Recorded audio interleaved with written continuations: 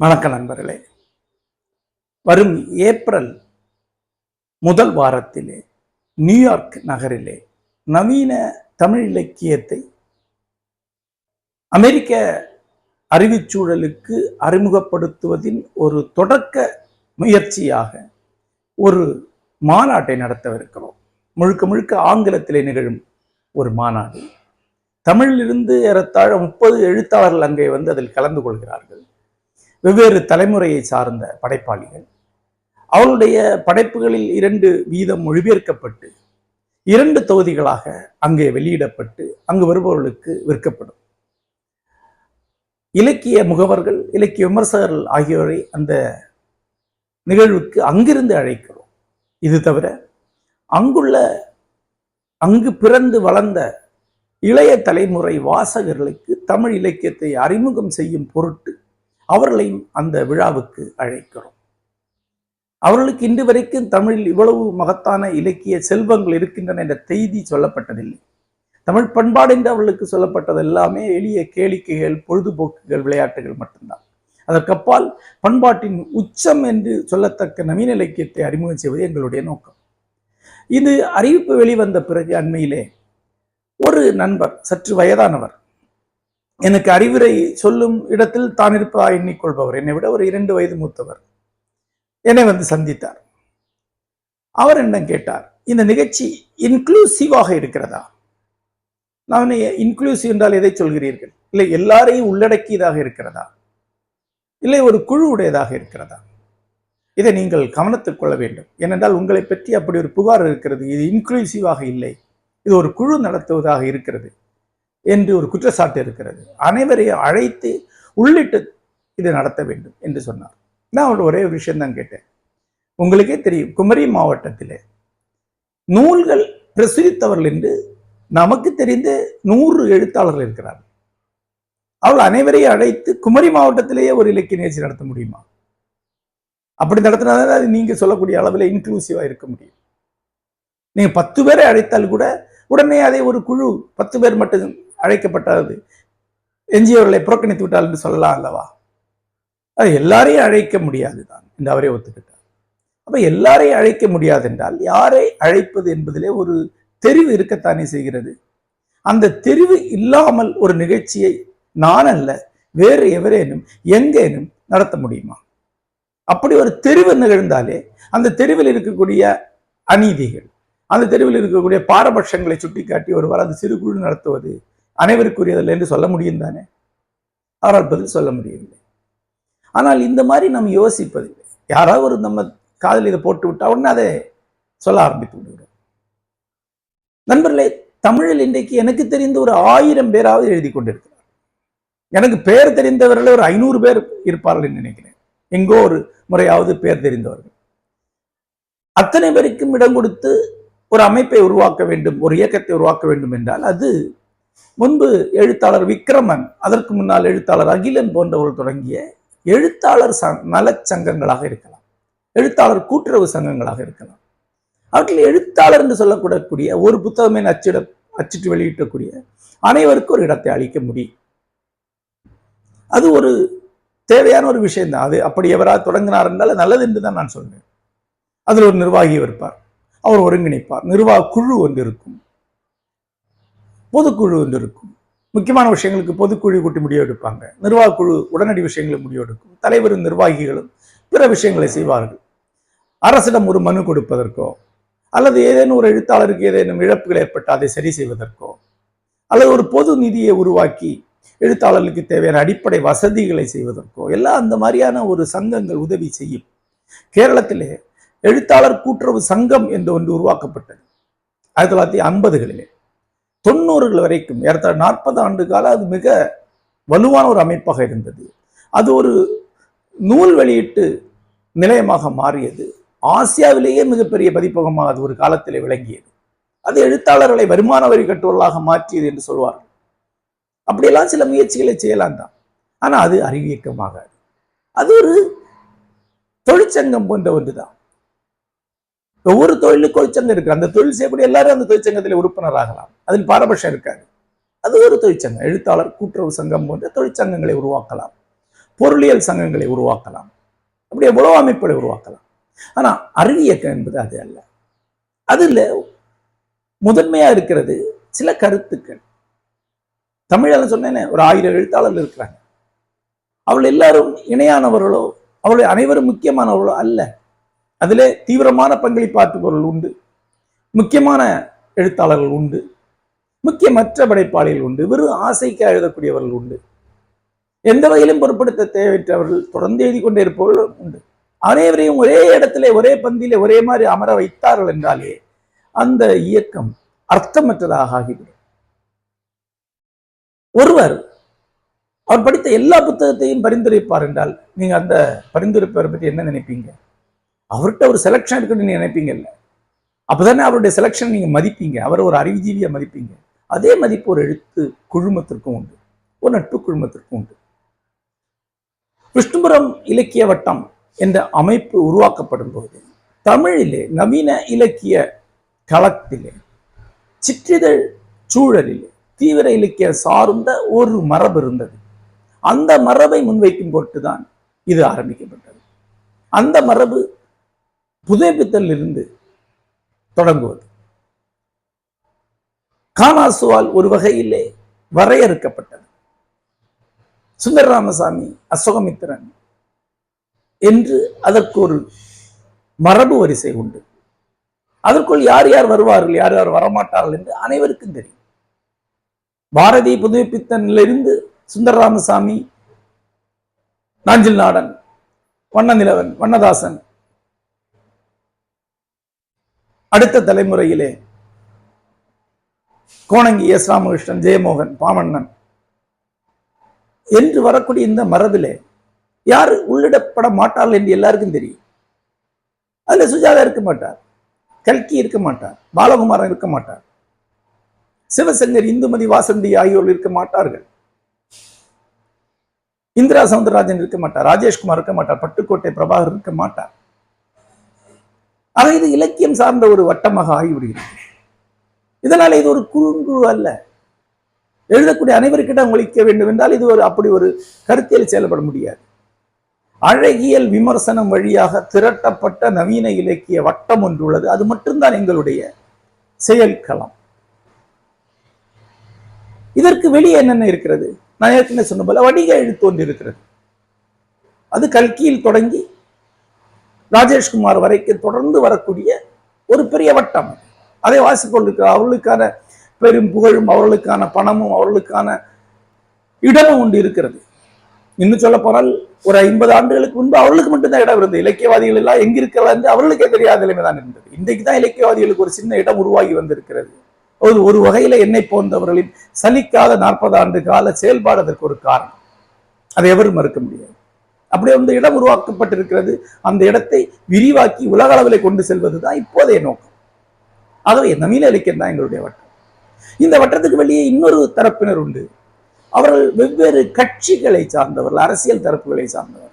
உதாரணமாக முற்போக்கு இலக்கிய வட்டம் என்று ஒன்று உள்ளது. அது மார்க்சிஸ்ட் கம்யூனிஸ்ட் கட்சி, இந்திய கம்யூனிஸ்ட் கட்சி என்ற 2 அரசியல் இயக்கங்களை சார்ந்த ஒன்று.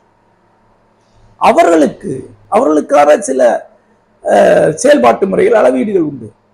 அவர்கள் சுந்தரராமசாமியோ, காணாசுயோ, கீராஜ் நாராயணோ ஒத்துக்கொள்ள மாட்டார். அவளுக்கு அவர் கட்சி சார்பில் யார் பரிந்துரைக்கப்படுகிறார்களோ அவர்கள் தான் இலக்கியவாதி.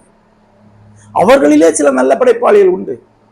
அவர்களை எங்களுடைய வட்டத்திற்குள் சேர்த்துக் கொள்வதற்கு நாங்கள் தயாராகத்தான் இருக்கிறோம். ஆனா அவர்கள் வர முடியாது, வரமாட்டார்கள். ஏனென்றால் அவர்கள் அந்த கட்சியை குறைத்துக் கொள்ள முடியாது. அதே போல அண்மை காலமாக திமுக சார்ந்து ஒரு வட்டம் உருவாகி இருக்கிறது. அந்த வட்டம் முன்னரே உண்டு. ஆனா முன்னர் அந்த வட்டம் வணிக கேளிக்கை எழுத்து சார்ந்துதான் இருந்தது. முன்னாடி திமுக எழுத்தாளர் எல்லாமே வணிக கேளை எழுத்ததான் எழுதி கொண்டிருந்தார். எஸ் தென்னரசு காலத்தில் இருந்து. அண்மை காலத்திலே தான் சிற்று சார்ந்த எழுத்தாளர்கள் ஒரு சாரார் நேராக திமுக எழுத்தாளர்கள் தங்களை உருமாற்றிக் கொண்டிருக்கிறார். அவர்களையும் நாங்கள் பொருட்படுத்தி அவர்களில் எவர் தீவிரமாக எழுதுகிறார்களோ அவர்களை உள்ளிழுக்க தயாராகத்தான் இருக்கிறோம். ஆனா அவர்கள் தயாராக இருக்க மாட்டார்கள். ஏனென்றால் அவர்கள் பலரை பகைத்துக் கொள்ள வேண்டியிருக்கு. அந்த அமைப்பின் எதிர்ப்பை சம்பாதிக்க வேண்டியிருக்கு. அப்ப அவர்கள் வெளியே சென்று விடுகிறார். எஞ்சி இருப்பது நவீன இலக்கிய வட்டம் மட்டும்தான். இந்த நவீன இலக்கிய வட்டத்தை தான் நாங்கள் முன்னிறுத்துறோம். அதில் உள்ள எல்லா படைப்பாளிகளும் எங்களுக்கு முக்கியமானவர்கள். கடந்த 15 ஆண்டு கால எங்களுடைய செயல்பாட்டிலே எங்களுடன் ஏதேனும் ஒரு முறையிலாவது இணைந்து செயல்பட்டவர்களின் பட்டியலை பார்த்தால் ஏறத்தாழ எல்லா தரப்பை சேர்ந்தவர்கள் இருப்பதை நீங்க பார்க்கலாம். எவரையும் நாங்கள் தவிர்த்ததில்லை என்பதை நீங்க பார்க்கலாம். ஒருவரை கூட தவிர்த்தது கிடையாது. அத்தனை பேருக்கு அழைப்பு கொடுத்திருக்கிறோம். அவர்கள் எங்களை தவிர்த்த தந்திரங்கள் உண்டு, நாங்கள் தவிர்த்த கிடையாது. அதாவது நவீன இலக்கிய களத்தில் பொருட்படுத்த முடியாத படைப்புகளை அளித்த அனைவரையுமே ஏதேனும் வகையில் உள்ளிட்டு தான் எங்களுடைய இதுவரையான எல்லா செயல்பாடுகளையும் நாங்கள் செய்து வருகிறோம். எவரையுமே தவிர்த்தது கிடையாது. அப்படி சில தவிர்ப்புகள் தேவைப்படும். எப்படி? இது ஒரு அறிவியக்கம். இது பெரும்பாலும் வாசகர்களால் ஆனது. உலகம் தழுவிய வாசகர்கள் இதுக்கு இருக்கிறாங்க. அவர்கள் என்னுடைய படைப்புகளையோ ஏதோ ஒரு குறிப்பிட்ட வழிக்கு அந்த படைப்புகளை படிக்கக்கூடியவங்க அத்தனையும் பேரையும் படிக்கக்கூடியவங்க, அத்தனை எழுத்தாளர்களையும் கூப்பிட்டு கௌரவிச்சிருக்கிறாங்க.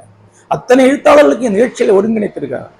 அத்தனை எழுத்தாளர்களின் படைப்புகளை பற்றி விவாதித்திருக்கிறார்கள், விவாதித்துக் கொண்டே இருக்கிறார்கள். அப்படிப்பட்ட ஒரு பெரிய வாசகர் வட்டத்தை அற்ப பொசுங்கள் காரணமாக நிராகரித்து பேசக்கூடிய, இழிவுபடுத்தி பேசக்கூடியவர்கள் இருக்கிறார். முகநூலோ அல்லது வேற எங்கோ போய் வம்பும் புறணியும் பேசக்கூடியவர்கள். அவர்களில் குறிப்பிடத்தகுந்த சில எழுத்தாளர் கூட இருக்கலாம். ஆக எங்களுடைய இந்த அமைப்பை பற்றி ஒருவர் இழிவுபடுத்தி பேசுவார் என்றால் என்னை பற்றி பேசுவதற்கு பிரச்சனையே கிடையாது. பலருக்கு தெரியும். என்னை பற்றி இழிவாக பேசியவர்கள் கூட எங்களுடைய அமைப்புகளில் பங்கெடுத்திருக்கிறார்கள், பேசியிருக்கிறார்கள். அவருடைய எனக்கு எந்த பிரச்சனையும் கிடையாது. அது புலமை காய்ச்சல், எழுத்தாளர்களுடைய பொறாமை, கசப்புகள் என்று மட்டும்தான் நான் எடுத்துக்கொள்வேன். திரும்ப திரும்ப அவர்களை ஏன் இணைகிறீர்கள் என்று என்னோட வாசகர்கள் கேட்பாங்க. இல்லை, அவங்க படைப்பாளிகளாக இருக்கும் வரைக்கும் எனக்கு பிரச்சனை இல்லை சொல்லுவேன். ஆனால் வாசகர்களை இழிவுபடுத்தக்கூடிய ஒருவரை நான் பொருட்படுத்த முடியாது. எங்களுடைய அமைப்பு செயல்பாடுகளை இழிவுபடுத்தக்கூடிய ஒருவரை, உள்நோக்கம் கற்பிக்கக்கூடிய ஒருவரை நாங்கள் ஏற்றுக்கொள்ள முடியாது. இங்கு திரண்டு இருக்கக்கூடிய இவ்வளவு தீவிரமான வாசகர்களும் ஒருவருக்கு எந்த வகையிலும் பொருட்படுத்த தக்கவர்கள் அல்ல என்றால், தொடர்ந்து இழிவுபடுத்துவார் என்றால் அவர்களை நாங்கள் உள்ளிழுக்க முடியாது. அப்ப இன்னொன்று, இந்த இணைய சூழல் ஒன்று இருக்கிறது. மிகப்பெரிய ஒரு சூழல் அது. அது முற்றிலும் எதிர்மறையானது.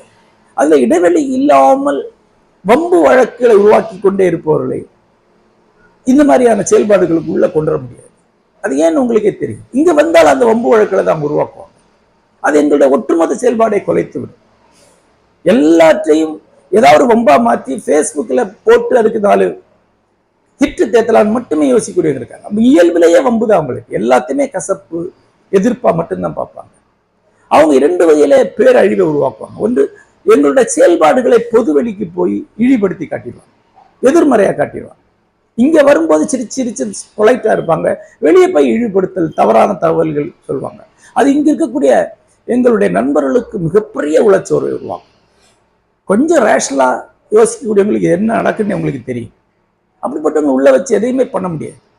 இரண்டாவதாக, உள்ள வந்த பிறகு உள்ள புறணிகளை பேசி உள்ள ஒற்றுமையின்மையை, கசப்புகளை உருவாக்கி விட்டுருவாங்க. இதையே முழு நேர வேலையா செய்யக்கூடிய இருக்கிறாங்க. சிலரை நான் பேரெடுத்தே சொல்லியிருக்கேன். இவங்களை எங்க நிகழ்ச்சிக்கு மட்டும் இல்லை, நான் பார்வையாளராக கலந்து கொள்ள நிகழ்ச்சியில கூட இவங்க இருந்தா வெளியே போயிடுவேன். அப்படிப்பட்ட ஒரு 10 பேர் இருக்காங்க தமிழ்ல. முழு நேரமாக கசப்புகளை மட்டும்தான் உருவாக்குவாங்க. அவநம்பிக்கைகளையும் கசப்புகளையும் உருவாக்குவாங்க. மிக மென்மையாக விஷத்தை சொருகிட்டு போயிடுவாங்க. அதுல அவங்களுக்கு ஒரு திறமை இருக்கிறது. ஒரு 10-15 ஆண்டு அதுல பயின்று வந்திருக்கிறாரு. மட்டும் இல்ல, அவங்களுக்கு கடுமையான தாழ்வுணர்ச்சி இருக்கு. படைப்பு சார்ந்தோ அறிவை சார்ந்தோ எந்த பாதிப்பை அவங்களால் உருவாக்க முடியாது. ஆகவே இப்படி ஒரு முக்கியத்துவத்தை அவங்க உருவாக்கி கொள்றாங்க. தன்னால் ஒரு கலகம் நிகழ்ந்தா தான் உருவாக்குனது என்று ஒரு மகிழ்ச்சி அடைகிறாங்க. இந்த மாதிரி ஆட்களை உள்ள விட முடியாது. அப்படிப்பட்ட ஆட்களை எண்ணி களை எடுத்து வெளியே நிறுத்தி.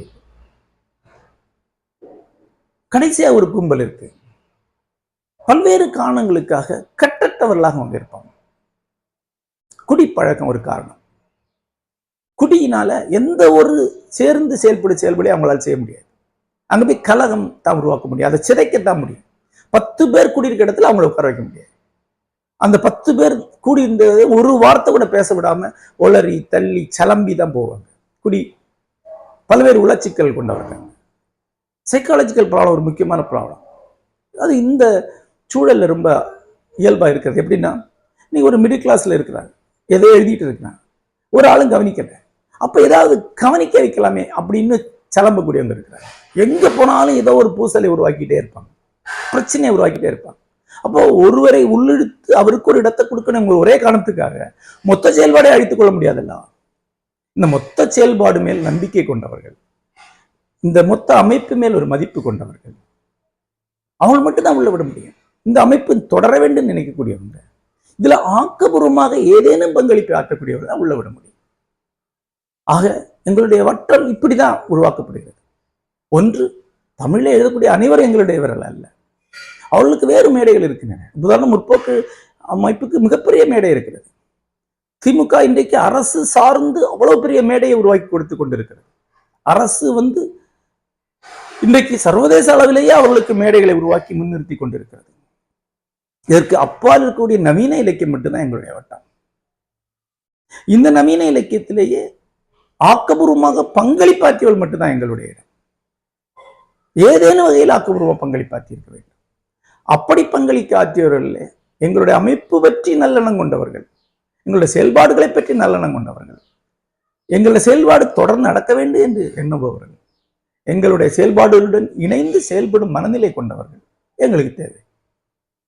அப்படி ஒரு வட்டத்திற்குள் வேற எந்த ஒரு காரணத்தினாலும் எவரையும் தவிர்க்கக்கூடாது என்றுதான் நாங்கள் நினைக்கிறோம். அதுதான் நாங்கள் நம்பக்கூடிய இன்க்ளூசிவ்னஸ். ஆக இதுல ஒரு ஐடியாலஜி இருக்கு, அத எஸ்தெட்டிக்கல் ஐடியாலஜி என்று சொல்லுவோம். அவர் எடுத்திருக்கக்கூடிய கருத்து தரப்பு எங்களுக்கு முக்கியம் கிடையாது. எங்களுடைய அமைப்புக்குள்ளேயே மார்க்சிய எண்ணம் கொண்டவர்கள் வலுவாக இருக்கிறார்கள். திராவிட இயக்க ஆதரவாளர்கள் மிக வலுவாக இருக்கிறார்கள். எங்களுடைய நிதி ஆதாரத்தை அளிப்பவர்களே பல திராவிட இயக்க ஆதரவாளர்கள். ஆனா அவர்களுக்கு இலக்கியம் என்ற இயக்கம் நம்பிக்கை உண்டு. கட்சி என்பது வேறு, இலக்கியம் என்பது வேறு. கட்சி ஆதரவு நான் வேற வச்சுக்கிறேன். ஆனா இலக்கியத்தில் எனக்கு இலக்கிய அழகியல் முக்கியம் நினைக்கக்கூடியவங்க, இலக்கியத்தை முன்னிறுத்தக்கூடியவங்க. அதுதான் வித்தியாசம். இடதுசாரிகள் நினைக்கிறாங்க, இடதுசாரி அரசியல் அவங்க பேசுவாங்க, வெளியிலத்துல பேசுவாங்க. ஆனா எங்களுக்குள்ள வரும்போது இலக்கிய அழகியல் முன்னிறுத்துவாங்க. எனக்கு உகந்த கருத்தை சொல்லிட்டா என் கட்சியில இருக்கிறாங்கிறதுக்காக நான் ஒருத்தனை சொல்ல மாட்டேன். அவனோட படைப்பு சரியா இருக்கா, அதுக்கு மதிப்பு இருக்கா மட்டும்தான் பார்ப்பேன்னு சொல்லக்கூடியவங்களா இருப்பாங்க. அவங்க எங்களுடைய ஆட்கள் தான். அவங்களுடைய தரப்பு எங்களுக்கு முக்கியம் இல்லை. நாங்க மொழி, வடிவம், வெளிப்பாடு, கலை வெளிப்படக்கூடிய தன்மை ஆகியவற்றை சார்ந்து சில அளவுகோல்களை வைத்திருக்கணும். அந்த அளவுகள் ஒன்று ரகசிய அளவுகள் கிடையாது, நான் உருவாக்குறது கிடையாது. சுந்தர ராமசாமி, கானாசு, அதுக்கு முன்னாடி புதுப்பித்தன், அழகிரிசாமி, இவங்க எல்லாம் சேர்ந்து உருவாக்குற ஒரு அழகியல். இலக்கியம் என்பது ஒரு கருத்தை முன்வைக்கக்கூடியதல்ல, அதனுடைய நோக்கம் அதல்ல. படைப்பாளியின் ஆழ் உள்ளத்தை முன்வைப்பது, மொழி வழியாக படைப்பாளியின் ஆழ் உள்ளம், அதன் வழியாக கூட்டு ஆழ்மனம் வெளிப்படக்கூடியதுதான் படைப்பு என்று நம்பக்கூடியதான். சுருக்கமாக சொன்னாங்க, அந்த சப்கான்சியஸை வெளிப்படுத்தக்கூடிய எல்லா படைப்புகளையும் எல்லா தருணத்திலையும் நான் ஏற்றுக்கொண்டுதான் வந்திருக்கிறேன். அப்படி நான் ஏற்றுக்கொள்ளாத ஆனால் இவர் முக்கியமானவர் சொல்லக்கூடிய ஒரு படைப்பை ஒருவர் சுட்டி காட்டினார் என்றால் தான் அவருடைய படைப்பு அதுக்கு அர்த்தம் இருக்குது. இவர் இந்த தரப்பை பேசியிருக்கிறார், அவர் அந்த தரப்பை பேசியிருக்காருன்னு சொல்லக்கூடாது. இது எஸ்தெட்டிக்கலி முக்கியமானது. இதில் ஒரு ஆசிரியனுடைய ஆழ்வுள்ளம் வெளிப்படுத்தியிருக்கிறது. இந்த ஆசிரியனுடைய ஆழ்வுள்ளம் வெளிப்படுவதன் வழியாக சமூக ஆழ்வுள்ளம் வெளிப்படுத்தப்பட்டிருக்கிறது. ஆகவே இது ஒரு கலைப்படைப்பு. அந்த படைப்பை நீ ஏற்றுக்கொள்ள, நீ கேளுங்க, அதுக்கு நான் பதில் சொல்லுவேன். எனக்கு விமர்சனங்கள் நிறைய உண்டு, அந்த விமர்சனங்கள் நான் முன்வைப்பேன். மற்றபடி இன்க்ளூசிவ் என்பது இந்த பார்வைக்குள் வரக்கூடியவர்களை மட்டும்தான் உள்ளிழுக்க முடியும். அதுல எங்களுக்கு எந்த வகையான பேதத்தையும் இதுவரைக்கும் காட்டியதில்லை. அப்படி அழைக்கப்படுபவர்கள் என்னுடைய ஆதரவாளர்கள் அல்லது என்னுடைய மாணவர்கள் என்கிற ஒரு சித்திரத்தை வேண்டுமென்றே உருவாக்குகிறார்கள். அப்படி இல்லைன்னு எல்லாருக்கும் தெரியும். இதுவரைக்கும் அழைக்கப்பட்டு வந்து எங்களுடைய விழாக்களில் கலந்து கொண்டவர்கள் எவரும் என்னுடைய ஆதரவாளர்களான் கிடையாது. வெவ்வேறு கருத்து தரப்புகளை சார்ந்தவர்கள் வந்திருக்கிறாங்க. நான் மதிக்கும் ஆசிரியர்கள் தான் பெரும்பாலானவர்கள். அதே போன்று என்னுடன் விவாதித்துக் கொண்டிருக்கும் பல பேர்கள் இளவல்களில் கலந்து கொண்டிருக்கிறார். இந்த விழாவும் அப்படித்தான் நிகழவிருக்கிறது, அப்படித்தான் நிகழ முடியும். நன்றி.